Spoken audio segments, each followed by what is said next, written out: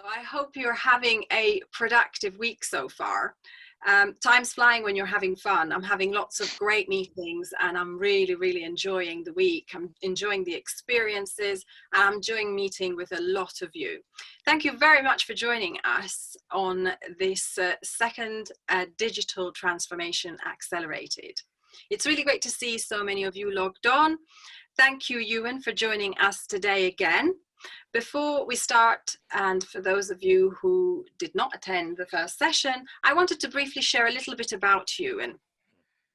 Ewan is the Chief Transformation Officer of Sohar International, based in Muscat, Oman. Prior to this, he was Chief Digital Officer at Nordea Bank in Scandinavia.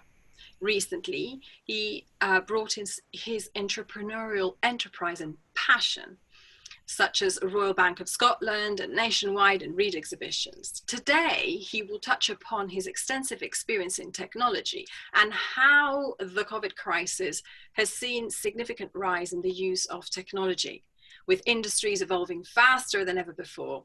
So we've seen development that would have taken over 10 years in just 3 months. But can technology keep up with this demand and newfound audience? How is your business keeping up with this fast transformation? And today, I just wanted to also ask Ewan to involve you as much as possible, but he will then have a deck for you to all enjoy for the next 30 to 40 minutes, but he'll pull us in whenever he feels it's the right moment. But I do encourage everyone to ask any questions throughout this interactive sessions at any time using the chat button, which appears at the bottom of your screen. He will try and answer as many questions as he can, but you're also very welcome to connect with him following this session and ask some of his time if you want to. Please, for now, put yourself on mute, but have your cameras switched on, as it always promotes interaction and it makes it a bit more fun. The session will last up to an hour and is also being recorded. So let's get started. Right then, Ewan, welcome again. Thank you very much for being with us today. Thank you. Thank you. Over to you. Right then, thank you very much. Hi, everybody. Thank you for taking the time today. So I'm going to do a little bit of a broadcast at you to begin with, but I should point out I'm not a travel industry expert. I'm a travel industry user. I am not on the scale of some of the agent customers here. I'm not €100,000 a day, sadly, for vacations. It's more €1,000, still luxury. So I'll be talking from my point of view there, but I understand and recognize I'm not the expert in this context. I'm really good with technology. I love technology. I love the possibilities of technology. I love what you can do with technology. And then that's what I do to help other companies, particularly in the financial sector, but in other industries, saying, look, this is what I can see happening. How do you respond to that? And this is what I think is going to happen. How do you respond to that? So I'm not the expert here in the context of the travel industry, but what I'm aiming to do is gently provoke. I'm saying gently because I think the last session, I perhaps it wasn't as gentle as perhaps I was hoping for. There were some really good direct comments. I'm going to do some gentle provoking to say, look, what do you think? Where are we going? What trends are you seeing? Because I think the real value here is from the exchange of perspectives from all of you. So I would like to encourage you, please use the chat function, and as appropriate, Micaela will call upon you and say, look, what do you think? Say some more words on that. So I think it'd be very useful. What I'm going to do is I'll take you through the 2015 predictions. And this is always a difficult time for a techie like me, because I find it really complicated to do. It's the 2 year. Trying to predict what's going to happen in 2 years is really difficult. But the 5 years is actually quite straightforward because you can spot the trend. What I'm going to do here is take you through a lot of the points that I made in Hampshire. Now, Hampshire on the 29th of September, 2015, Micaela, I think it was. 15. We did the first Connections Luxury event, and I stood on stage and said, right, here's what I'm seeing. And here's what I'm thinking. This is happening now. This is likely to happen across the next few years. How do you respond to it? And I think, Micaela, it was fair to say many of your delegates didn't respond at all well to me. That's the first time I've ever done a keynote where someone actually stood up.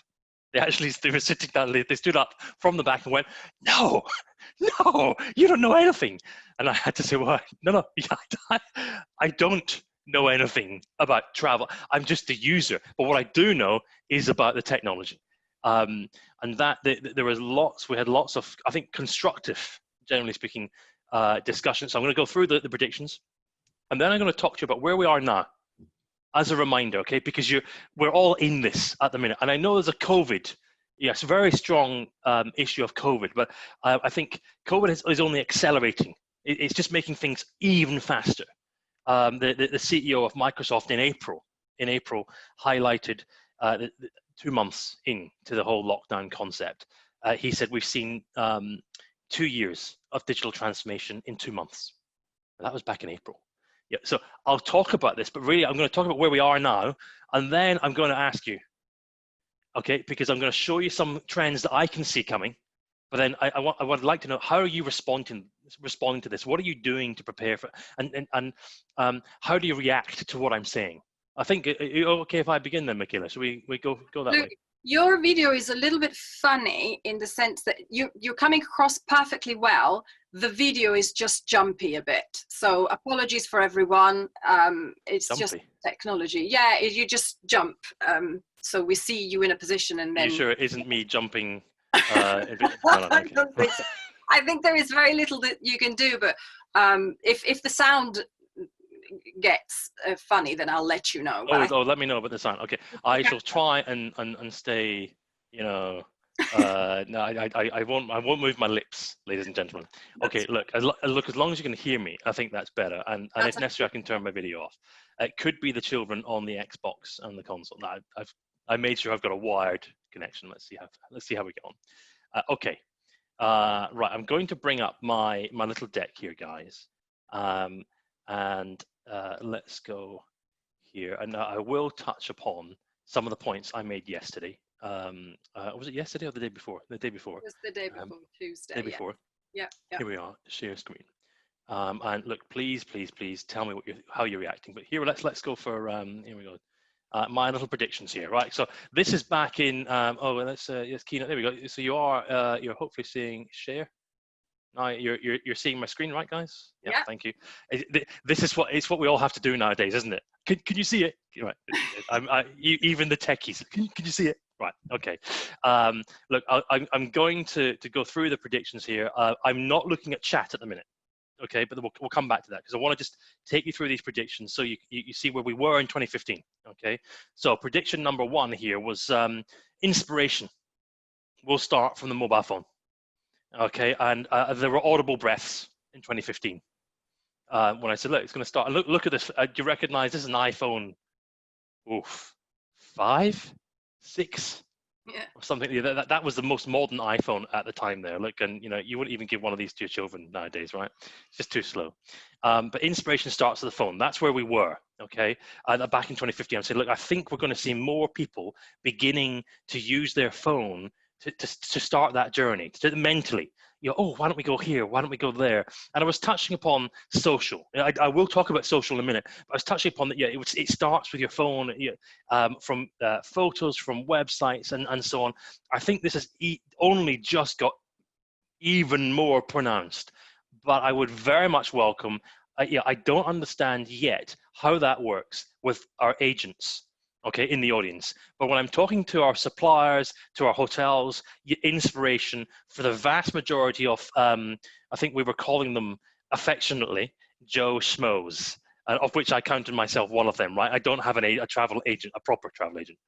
I was saying inspiration starts at mobile in 2015. I thought that's going to become a thing.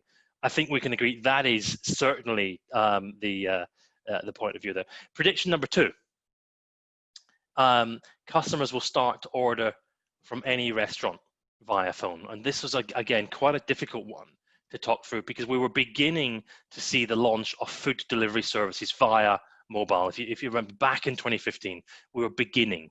Now, I wound a lot of the audience up by saying, I've ordered a dinner party in my room, but not from you. And yeah, I was trying to provoke a response here, because look, in 2015, the vast majority of people were not ordering food from their phone. I was the geek. I loved it. I was deliberately trying it. But that now, at each of these points, please do reflect. I'm reflecting. That's where we were. Okay, where are we now, and where are we going? What do you think's happening? Okay, and how do you think this is affecting the hotel and the end experience for the customer? Because what I would routinely do is go to a hotel, and then I'd get there at 9 p.m. or just before 9, and then I'd say, look, can I get a meal? I saw you have a lovely steak. And they say, no, I'm sorry, the restaurant's closed. All right, and it was my problem. It was my fault. I should have known. Okay, in 2015, that's how it was. But but increasingly now, actually, no. You just use apps such as the only one I could spot were Deliveroo in the UK, and then Foodora across Europe. This is back in 2015. Those are the main ones that we were all aware of. They were growing. They were beginning. But now, in every country, you will have your own. You know who you use. Uber Eats is a big one internationally. But there's lots of huge big services here in Oman. Talabat and Akid. They are the big ones that everybody uses. So this has certainly happened. But what does it mean for the hotel? What it means is, and it is very interesting, sitting in the hotel lobby and watching the cavalcade of people coming in with the bags and going up and saying, this is for room 200, and this is for room, and then the hotel restaurant empty. Now look, I'm overemphasizing this. But what does it mean? What are customers doing? So in 2015, there were lots of disagreements about this. Lots of disagreements. Where are we now? Okay, right, so I'm going to move on, okay? And then prediction number 3, customers will order their services from their phone. Now, I order other services from their phone, and what I was drawing people's attention to this service. It's not called Urban, but Urban Massage. And what this enabled you to do was just book a massage therapist, right? You just choose your treatment, you press next, finish, and they'll come to you wherever you are, right? This was in central London at this particular point. And what I was highlighting in 2015, it was only available in a small bit of London, and these services were not global. But now I'm sure each of us have got examples of these types of apps and services locally and in your areas. You're offering hair services, nail services, massage. I was just really impressed by this one because, ladies and gentlemen, I'm the idiot. I'm the idiot that goes to your €600 or €1,100 a night hotel, and then I see the lovely sign that says we've got the world's best spa, or we've got the best spa in blah blah, and then I hesitate to pick up the phone. I hesitate, ladies and gentlemen, because I don't want to be disappointed. And I know the agents in the audience will have said, well, we've booked ahead for our customers. That's cool. I'm the Joe Schmo. Okay, my expectation is you've got a big sign there saying spa. I should be able to get an appointment, right? Again, back in 2015, that was your problem, the customer's problem. You should have booked. Yeah, they've only got 2 massage therapists, so you should have booked. Oh, have you got any? Oh no, I'll have gone by then. Yeah. Okay, what could I do? Well, answer. You can actually have it delivered to your phone. Okay, by your phone. So I remember talking with the hotel manager. This was in Sicily in 2016, Micaela, I think it was. Hotel manager of a very famous hotel, very famous in central London. And I remember talking about urban massage. And he said, oh, we have 6 massage therapists. I said, great, what about when you need the 7th? He says, well, we haven't got enough rooms in the spa. We don't limited space. That's right. So what do you do when your customers, and they must be paying a lot of money per room here, right? What do you do when they want, when your spa is full? He says, well, the spa's full. I said, well, that's your response. He says, yeah. No, I'm being the geek. And this was fine in 2015. But now what you've got is the capability to say, yeah, can you come to my room? Right? I'm bypassing the hotel again. So this is a really interesting trend that we're seeing explode across the planet now. Okay, then prediction 4, ladies and gentlemen, prediction 4. Let's get moving. power versus champagne, and this another irritation for I think a lot of the agents and no, it was the hotels at this point. I wasn't setting out to be entirely frustrating for our colleagues here, but what I wanted to show edge cases that I thought could be going somewhere, and that was this. Would you like a glass of champagne on arrival? And actually, what I was saying is no, I've got to call my wife. I hold your champagne. I've arrived. I've got to. She's panicking about me, and I've got no battery. Now, again, look, I know this is a silly example here, but what I was trying to illustrate is the demands and expectations of the customer are were changing in 2015. Okay, we were beginning to move towards saying, I do need power. I can't be without my phone, and you know that horrifying feeling when you don't have enough battery, right? And you still know I'm limited now. I'm cut off, and then you've got to go and wait and charge your phone. Now, I was being silly, but what I was doing was highlighting increasingly customers are going to be very concerned about their power for their mobile devices. Mobile devices are going to be very central. So hotels, what can you be doing about this? How can you be helping? Can you make, have you got any spare mobile chargers? Now, we now know that is a very important thing behind the desk, right? Yes, iPhone, Android, right? We've fixed that. But what I was doing is I was highlighting that was going to be a thing. Now, look, these may sound like small, insignificant issues, and I can remember back in 2015, 16, and 17, with some of the audiences going, "Oh, come on, this is nothing to what?" And my response here was trying. If you roll all this up, what you're seeing is an acceleration of digital, or acceleration of adoption of technology. Okay, and what does this mean for your businesses, right? And it goes very, very slowly. Right? And what's the phrase? How did you go bankrupt? Gradually and then suddenly, because that's how transformation happens typically. And then we got COVID, right? Which is just accelerating all of this. Now, I'm going to keep going. I've got a few more examples, then I want to stop and begin to take stock and see where you are, guys. Right? So prediction number 5: customers will start to connect their journeys themselves. I know and respect our fantastic agents have thought of everything. That's fine.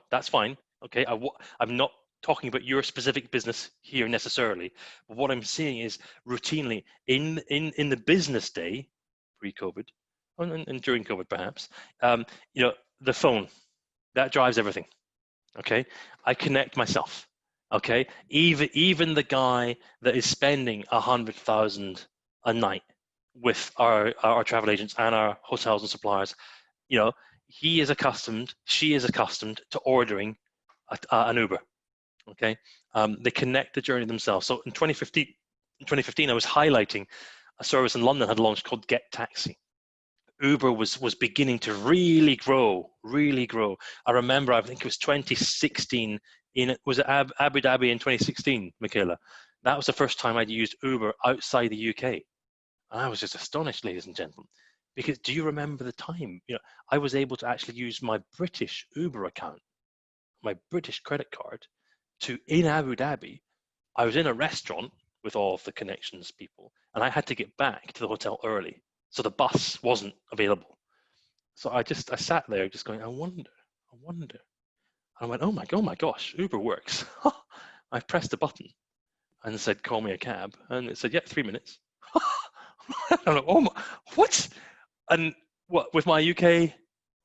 Oh, and that was back 2016, I think this was. Now, so what we're seeing is customers connecting the journeys themselves, right? That's what they're accustomed to doing. And again, this is an issue for the suppliers, for the hotels, potentially for the travel agents. Okay, but look, the travel agents, they know the customers incredibly well. That's a separate issue. But I want to highlight that we are becoming way more in control now. Right? Remember what 2010? Come out of the airport. What do? Wait in line, unless you were smart enough to book a town car or a taxi ahead of time. Right? You just waited, and sometimes there's no taxis. You remember those times? Well, we're now at a point where things have accelerated. Now, what does it mean for you? What does this mean? And so I'm not pretending to say, this is what you need to do, travel industry. Okay, I'm just highlighting that this was 2015, and now we're moving forward. So we'll get to the future in just a moment. Let's now look at prediction 6. Now this was an interesting one: concierge versus Google. Now, what I was highlighting is saying, look, how good is your concierge? Now, I know and rate some of the very best concierges, I understand. Okay, but increasingly, the Joe Schmo, as I think it was a travel agent, Jason, from the last session, was calling the average user, of which I count myself. I will sometimes go and speak to the concierge, but I don't like to be disappointed, guys. And if I'm in my room, I don't know if I want to go down and just use my phone. So I was predicting we're going to see more and more services pop up through the likes of Google, through the likes of somehow to begin to rival the knowledge that you would use to depend on from a concierge. So you can begin to start programming your own experiences. Now that was back in 2015. I'm saying, like, the concierge, we need to think about Google. We need to be aware of this. What does it mean? It means that you, if you're a supplier or a vendor, you've got to make sure your services are accessible to customers beyond just the concierge, because we can no longer begin to assume that's where all the customers will go to get answers. They're going to go to their phone first. And then I did experiences in Madrid, and look, we'll get to experiences in a minute because there's a lot happening in that going on. Okay, I'm almost finished with my predictions here. This is back from 2015, of course. Customers will expect more than 17 photos.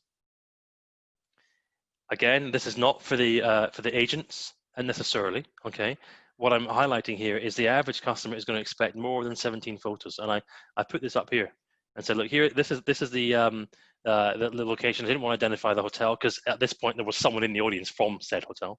I said, look, this is ridiculous.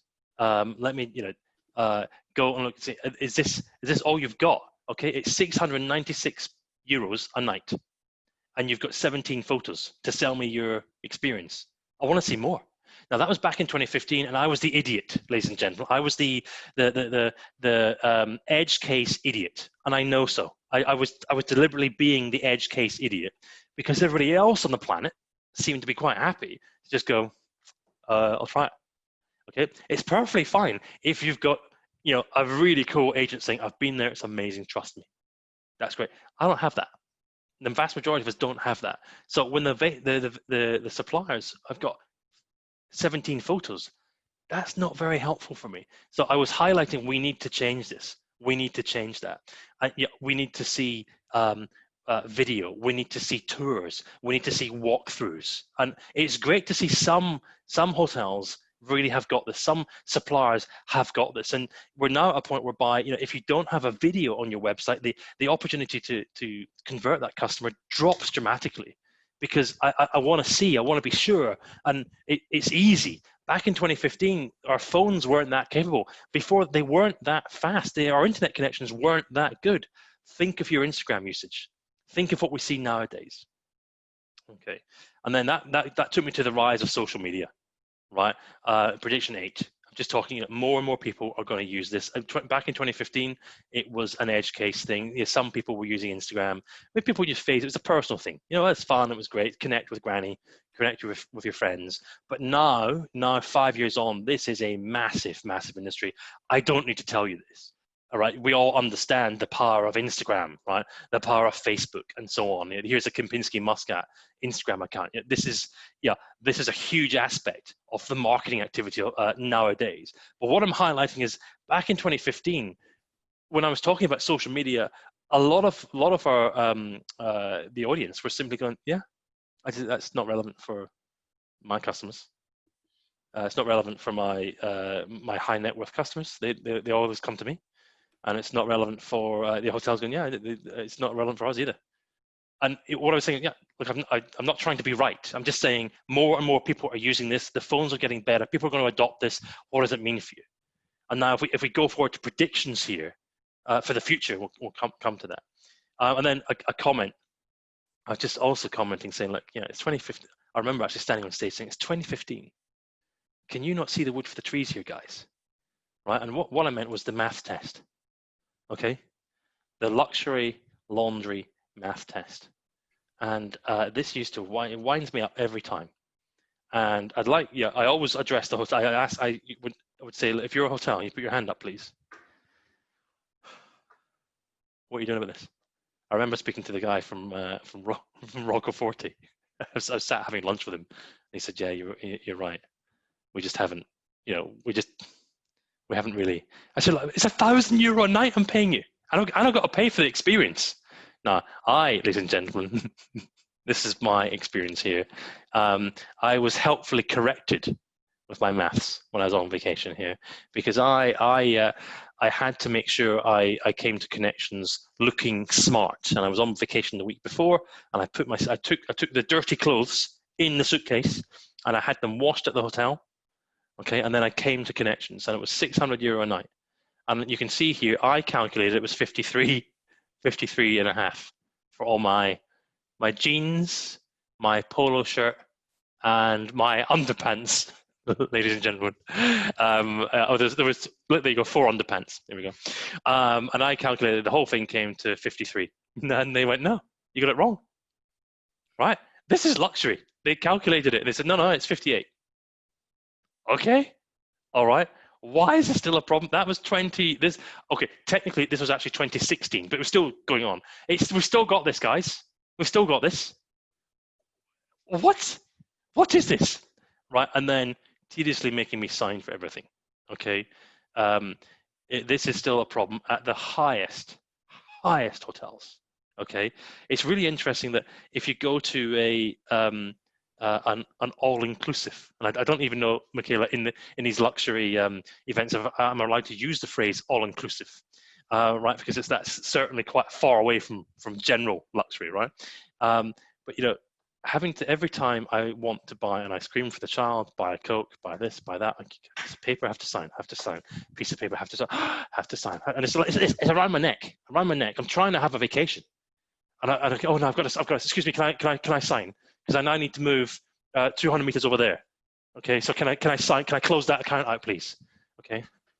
Well, yes, can I have 2 Cokes and so on? From what I know about you and Hetty and your family is you go to quite high-end hotels. So yeah. I wouldn't class yourself as a mainstream or mid-market customer. You treat yourself to pretty high hotels. I do. I work hard, and I like to pay for the best within reason. And within reason, that's maybe 800 to 1,000 typically. After €1,000, I start to go, oof. We're going skiing in February, and that's €1,200 a night. And but it's the same experience in all these places, Micaela.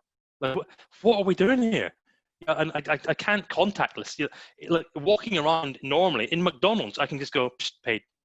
Right? Would you like a receipt? No, it was €3 next. Would you like a receipt because we've charged this €8 Coca-Cola to your account? I'm like, cool. And then when I speak to the managers, they say, but you don't understand. We've got this, just in case a customer complains. And look, it's an €8 Coke. It's ridiculous anyway. But can you not think of a better way of dealing with this in a luxury vacation? So I just wanted to highlight seeing the wood for the trees here, okay? Because I don't think this is luxury anymore. Like, technology is better, ladies and gentlemen. So I wanted to point out. Okay, right. I'm now going to take a pause and I'll say, where are we now? Okay, now we're going to go into future. Okay, I'm going to ask for your comments and questions shortly, guys. Oh, have we lost Ewan? I think we have. Oh, that was quick. So hopefully we'll get you back. That's okay. That was that. I think we've lost you for a moment. That was a bit weird, wasn't it? Yeah. It's like Zoom just crashed. Okay. I think you need to send a text message to your kids. Stop using the Xbox. I can actually. I can. I have a thing here. I killed the Xbox earlier. I actually sent a kill command to it, so it's not online. Yeah, the connection switched off. Okay. Look, sorry, guys. Don't we love technology, Ewan? It's technology. Yeah, and I'm amazing with it. Yeah, he says being cut off. Right.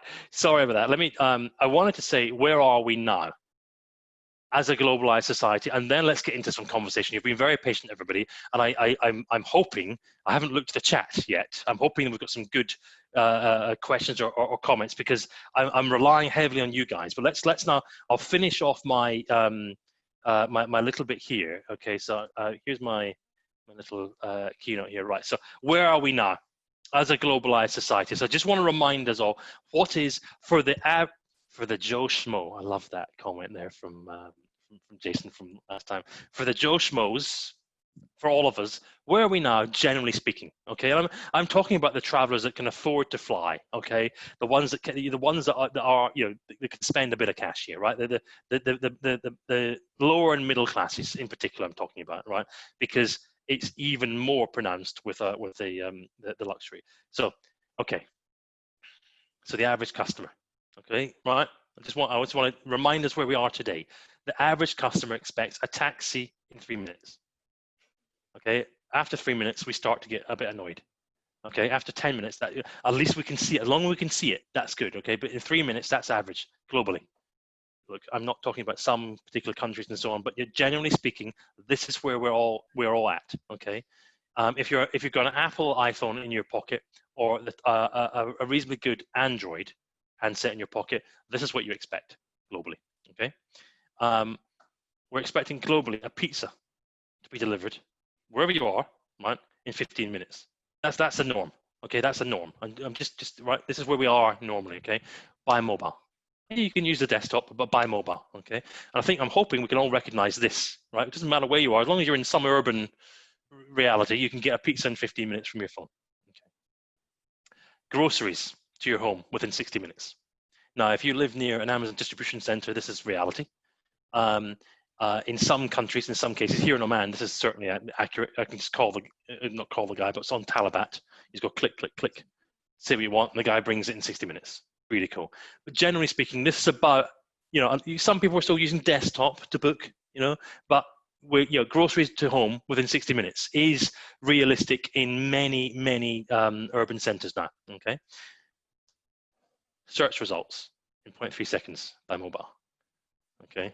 This is a particularly interesting one here, right? So if you think about how you react to websites, okay, your website has to be really, really quick, 0.3 seconds, okay? Google is way under this, okay? Google, Expedia, Booking.com, those guys, they cannot afford for any delays, right? Because they spent hundreds of millions to make sure their technology is fantastic. If you've got one of those creaking old websites, you know the ones I'm talking about, where you next, you know, next, you know, what is it doing? You know, right? My wife, I'm saying, like, book it with a hotel. It's cheaper. Because, yeah, I've had so many people tell me, you've got to book with the hotel directly. My wife's on booking.com. No, but you can go, I've done it. No, but you got to phone the hotel, no, do some negotiations. No, I've done it. So, yeah, this is why booking.com, Expedia, why all these OTAs are, you know, they're investing a lot to make sure that whatever you want, whatever you do, is within 0.3 seconds. Otherwise, it's viewed as slow. What are you doing with your websites? Okay, and just think about how you're reacting here to this. This is the average customer we're talking about, right?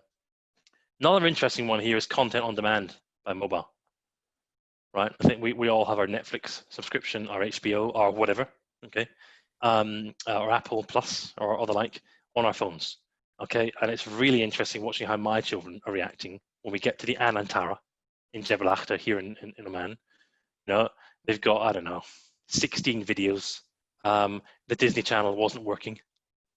Okay, CNN wasn't working. Okay, it almost looked as though they just weren't paying any attention to the entertainment system. Why should they? Why should they? When we have, between us, I think we arrived at the hotel with 6 iPads, right? 1 laptop, just in case, right? Most of the iPads have got a SIM in them, you know, so we've got data service. And they're just, it was seamless, right? They didn't even bother downloading stuff. They had it there. So your content, the average customer is expecting this. Now, what does that mean for the in-venue experience? Okay.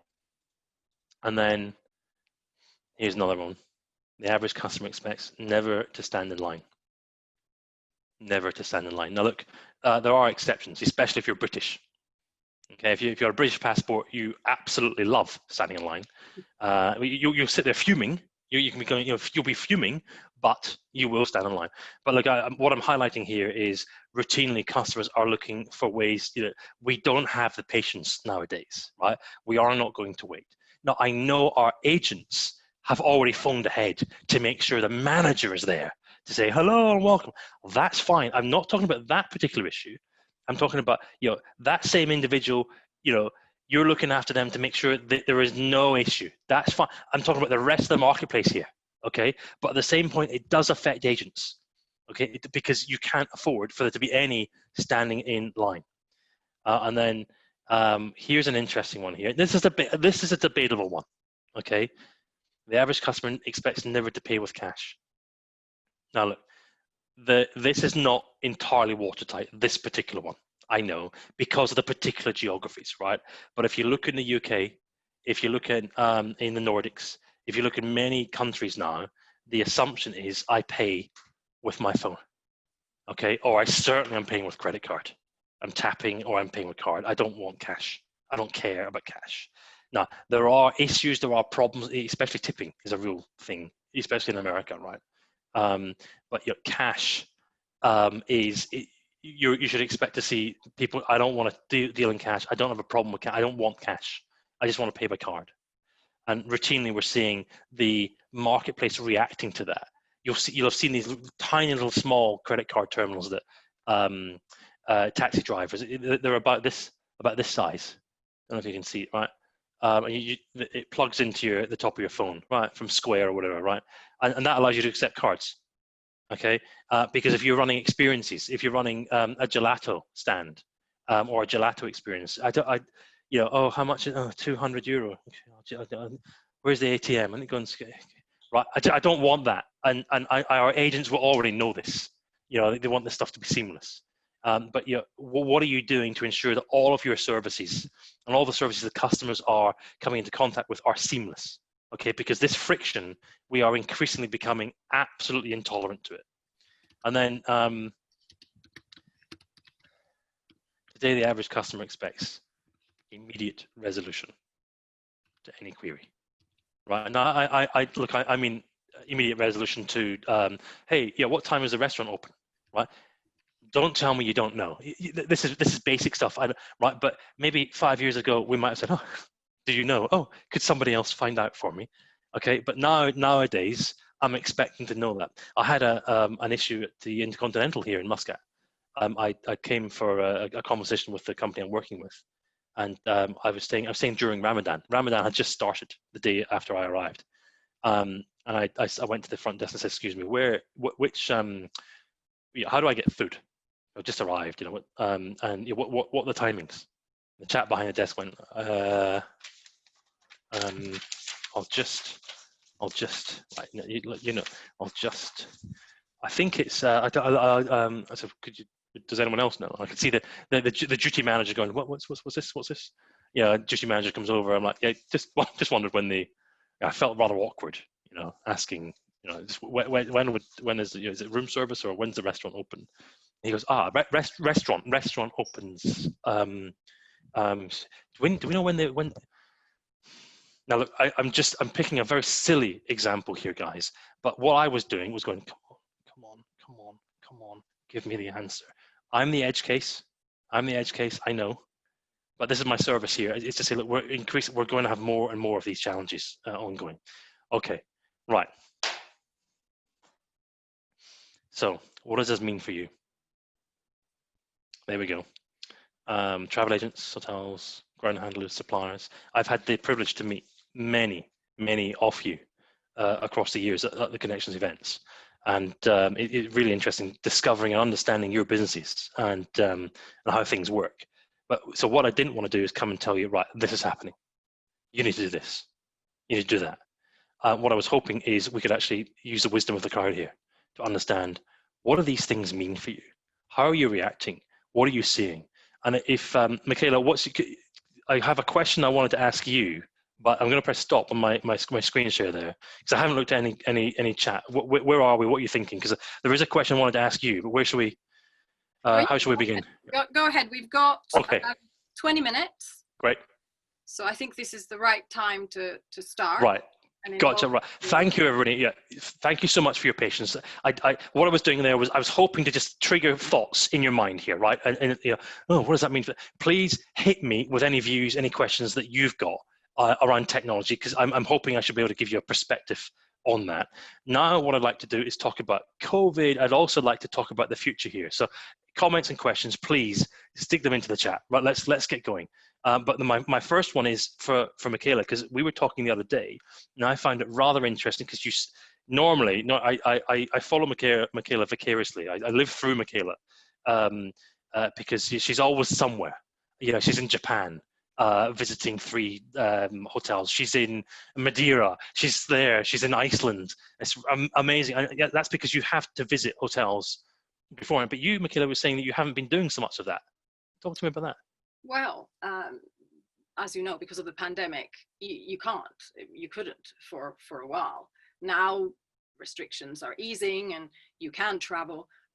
What I found a huge silver lining for me, and that was being able to connect with people live, real time, with them showing me what the facility could offer me. Now, Is this the hotel manager or the hotel, or the meetings person or something? Or the ground handler, or the experience provider, or the hotel, or the potential host hotel. I would go to great lengths of going sometimes 3 times on a site visit to actually see it for myself, because what I could gather from the documentation that they would send me, beautiful, okay? Beautiful PDFs, beautiful brochures, amazing. But actually, agents will agree with me.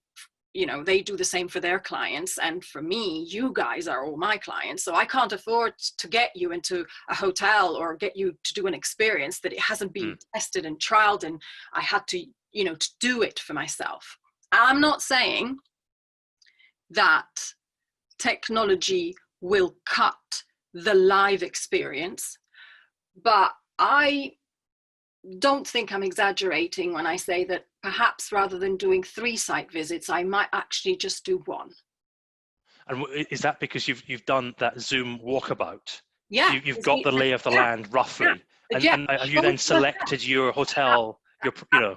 Absolutely. How does it look? Show me. And everyone will agree with me. You know, those of you who have done the experiences, the group experiences, we've all done them live. You know, challenges in technology, because I don't think that we're there yet. There is still much improvement to be had. You know, videos are not very good, and sometimes you go and it's not perfect, but it's amazing. It's cut so much traveling, so much waiting at airports, and to me, that is my silver lining. I will definitely do a lot more of that moving forward. And I will actually be presented with a wider choice of hotels, because when you do the site visit, you only have so much time to do so many site visits. But you could do it now in your comfort of your... And then, of course, you shortlist 2 or 3, then you go and see them. But I did not feel I had the resources to really evaluate the choices I had before traveling. See, I think I'm wondering what has changed. I see. Look, it looks like you're in a wonderful location there with some lovely greenery. I'm very jealous of the greenery. I see he's commenting here about you know, the gains and how things are moving. What's changed for you here, Luke? What are you seeing is changing, and where do you think things are going? Thanks very much. Yeah, I'm based here in Africa in Victoria Falls, and you know, it's I mean, already this year in January and February, I'd done 10 countries of travel. You know, getting out to go and see agents and things like that. It's a bit crazy, to be honest. And you know, this type of platform, being able to interact with people all around the world, it'll never replace that face to face, and you know, that need to have all 5 senses when you're with someone. But at the same time, I think it certainly has made me more aware of how much money I was spending to get out and promote what we do. And you know, you kind of get over that need to be on a plane, getting over to see people. So I think, you know, virtually can save a huge amount of money. And like Micaela says, instead of doing 3 trips, you can make it 1, and then you can catch up the rest of the time face to face like this.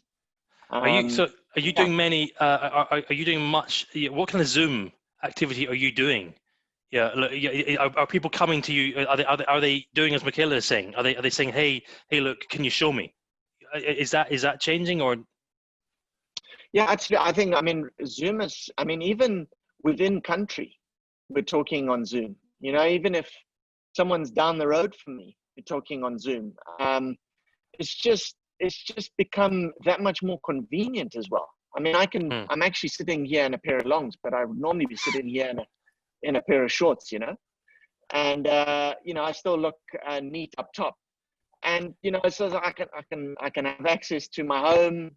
The kids are around, and I don't need to be worrying about, hey, I need to drive down the road, spend a bit of fuel, or whatever the case is. I can get a lot of stuff done right from where I am, and be comfortable at the same time. So I personally think, a lot of people are arguing that virtual will go away as soon as COVID goes away, but I think it's here to stay personally. Nice. I'd love to hear from some others here. How do you react to Luke's point here? Because I am aligned with you. You're there, Luke. I think because I'm looking at other industries as well, and seeing a lot of people are looking forward to getting back to normal. Bring the vaccine back to normal. But then Micaela was pointing out that how are you if you're going to see 3 locations or 10 experiences, you can do them across an afternoon now instead of traveling. You still need to go. Luke's point, you still got to go there, right? Because you got to make sure that your client or your clients are happy. This is true. I don't think we're going to go back. I think this is now, as you say, I think this is this technology is now a part of the consciousness, because we had a you always know, if you get those self-help books, the ones that say you can be amazing in 30 days, right? It's 30. It takes 30 days to form a habit. Well, goodness me, we've done most of us have done 6 months or something like that, right? Technically, 8 months of worrying about this whole issue, and we've now changed. So I think that we have to, but then what's interesting to me is what's coming next. What does this mean? How are we going to see how people are reacting? Of course, look, there's a hygiene issue here, but I'm wondering if we're going to come out the other end of this with individuals saying, look, I don't want to have to do this. I don't want to have to do that. Are you and look, given you responding there, what are you seeing or what do you feel with end customers? End customers, how are you feeling about them and what they are going to do differently? I think they're just going to be a heck of a lot more discerning, and they will probably spend time on these sort of platforms a lot more prior to travel. Prior to COVID, most of our interaction with our agents, our customers, and even our suppliers was done through email. Maybe some of it on WhatsApp, although that wasn't really, that kind of wasn't considered to be sort of written in stone. So it was, email had to be the thing. And I'm not saying email goes away, but I'm just saying that Zoom now, you can see me authentically. I'm sitting here in a beautiful setting on the edge of a national park. And, I'm not sitting like somewhere else where isn't related to the destination. And so I think, they're going to be looking for authenticity virtually first. And, we probably have 3 or 4 calls like this and get through a heck of a lot more than we would backing and forthing on emails and getting confused along the way in a sort of, miscommunication in some cases. So I think that's gonna take over. And as I said before, for me to get out to meet with agents, I'll definitely be doing that maybe first or second time, or if I'm in the area to meet someone else, I could meet them again. But after you've met once, to be spending huge amounts of budget to go back again just doesn't make sense unless you're there anyway. So yeah, that's just how I feel with it.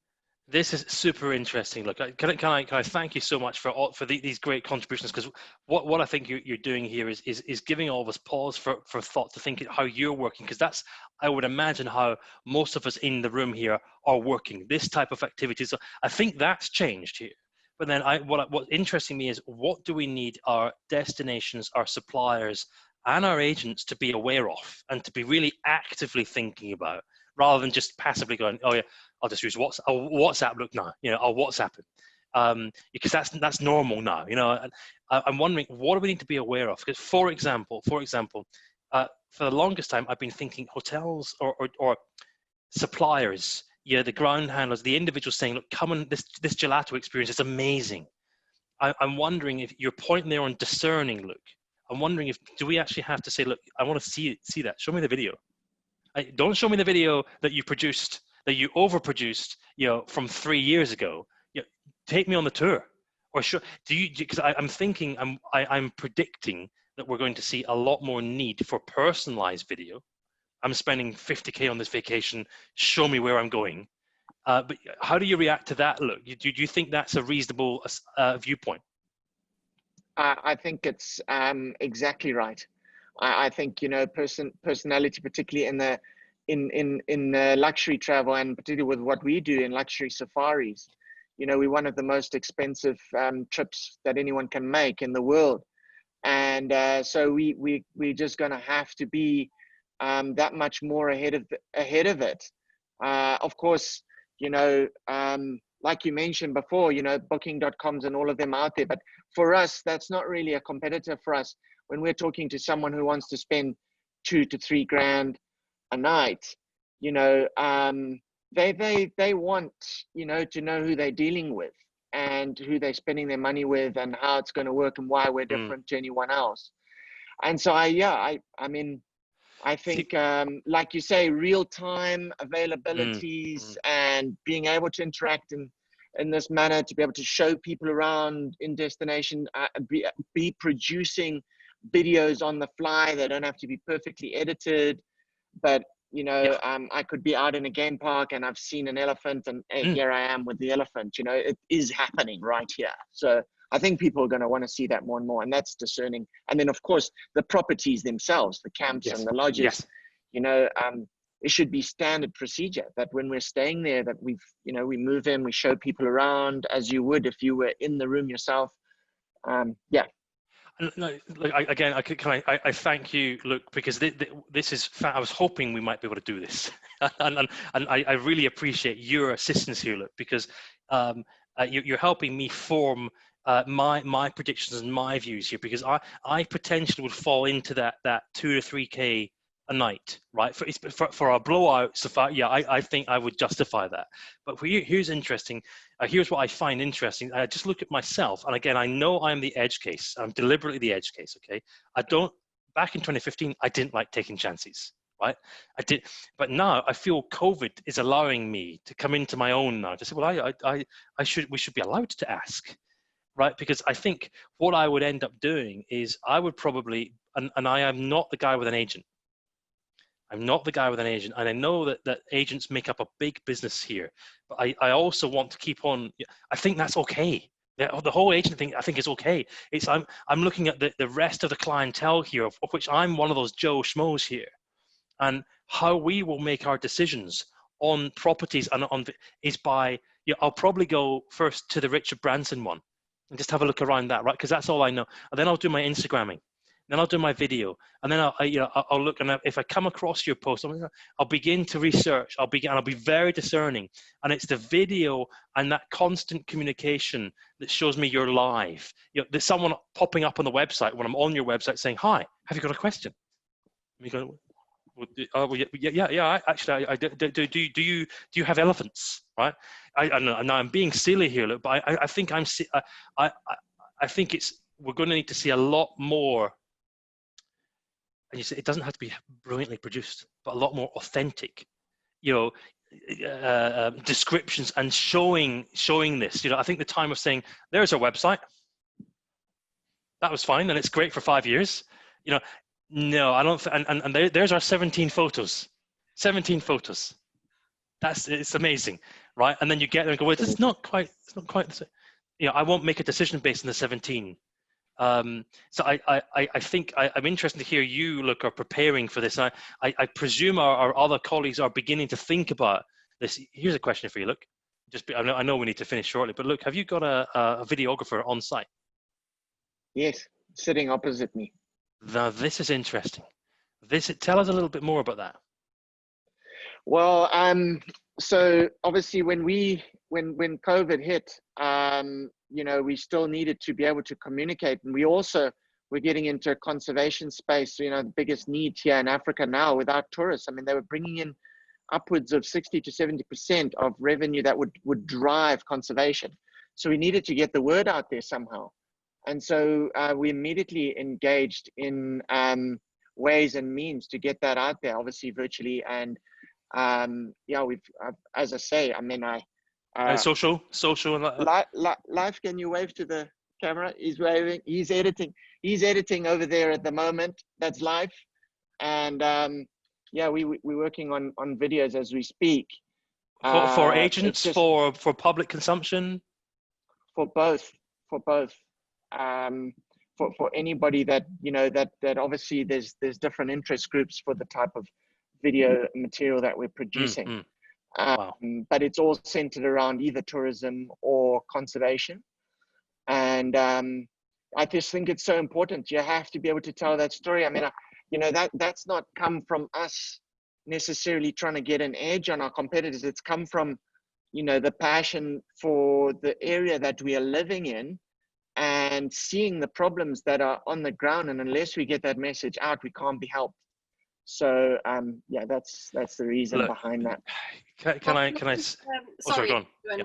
Floris, we need to finish in a moment, but Floris is actually saying that she's got a collection of videos that oh, I see. I missed that point. Right. Journey of Australia through 8D video audio. Wow, audio. Wow. So, I'm really going to look forward to actually. Well, I'm going to click on that one now. No, I won't click on it. I don't want anything to break here, Floris. I'll click on it afterwards. Look, look, thank you very much. That was awesome. I really appreciate you taking the time there, Mr. Brown, because I think what you were doing was highlighting a lot of the trends that we're seeing now to prepare for this new reality. And isn't that awesome? He's got a videographer on site. And so I think we're going to have to see more of that. And I think if my biggest recommendation, my most simplest recommendation, is to be aware of the new media reality that you know, getting customers in to the product and the service. Yeah, video is incredibly important. I'll need to try the 8D audio. I've never tried 8D audio. But Micaela, let me stop there because I know we're moving to time. What I was aiming to do was just get some predictions from yesteryear to help us begin to think about what's coming in the future. And then hearing from Luke talking specifically, that was just awesome. I really appreciate that. Because that's authentic, totally authentic there, rather than me saying, oh, do this, do that, do this. I really appreciate it. Over to you, Micaela. Well, thank you, Ewan. I mean, certainly COVID has, for me, and I put it in the chat, accelerated the creativity and the innovation that we felt we needed to inject thanks to these technologies. And we launched a hell of a lot of new stuff. And I know that there is a lot of exciting stories out there of people who've innovated, reinvented themselves, and are succeeding. So it certainly have made me think of how to do things differently, and thanks to technology we will have a lot more opportunities to change our businesses for the future in a good way. So we should embrace it. We shouldn't be afraid of it. I know I have been afraid of technology, and certain times I am. My team all laughs at me because if I deal with computers and things, they just say, stay away because you're not good enough. And that's true. But, you know, I try and I throw myself into it, and I think we should all embrace it because it will help us to succeed in the future. So I really believe that. I really, really, really believe that. So Ewan, thank you. I loved it. Thank you for taking us through this amazing journey of 2015 to today. Absolute eye-opener. You don't often realize how quickly time passes. And it was only 4 years ago, and that Uber didn't exist 5 years ago. And people often just take it for granted that, oh, it's always been there. But actually, a few years ago wasn't there. So you certainly have made my eyes open a lot more by listening to your presentation. So thank you very, very much. And I hope everyone has enjoyed the session. Get in touch get in touch with Ewan. He's on our community. He's one of our mentors. So don't keep anything back, and just, you know, get involved as usual. Thank you. So our next experience shall be our meeting our puppeteer Salvo. And then the last experience of today will be beautiful, mindful breath work and movement experience with Visit California, Santa Monica Travel and Tourism. And it will be led by the brilliant V of Beach Yoga SoCal, LA's iconic beach yoga studio. I can't think of a better way to actually end the day or start the day, whichever time zone you are. In the meantime, I hope you have a brilliant one-to-one meetings ahead. Don't forget, buyers, to capture your connections icebreakers and upload to social media and tag Connections Virtual Week and Vianney Safaris for a chance to win a trip to the beautiful Matezzi River Lodge. Thank you very much, everyone. Have a great continuation of your meetings, and see you all very soon. Thanks again, Ewan. Ciao.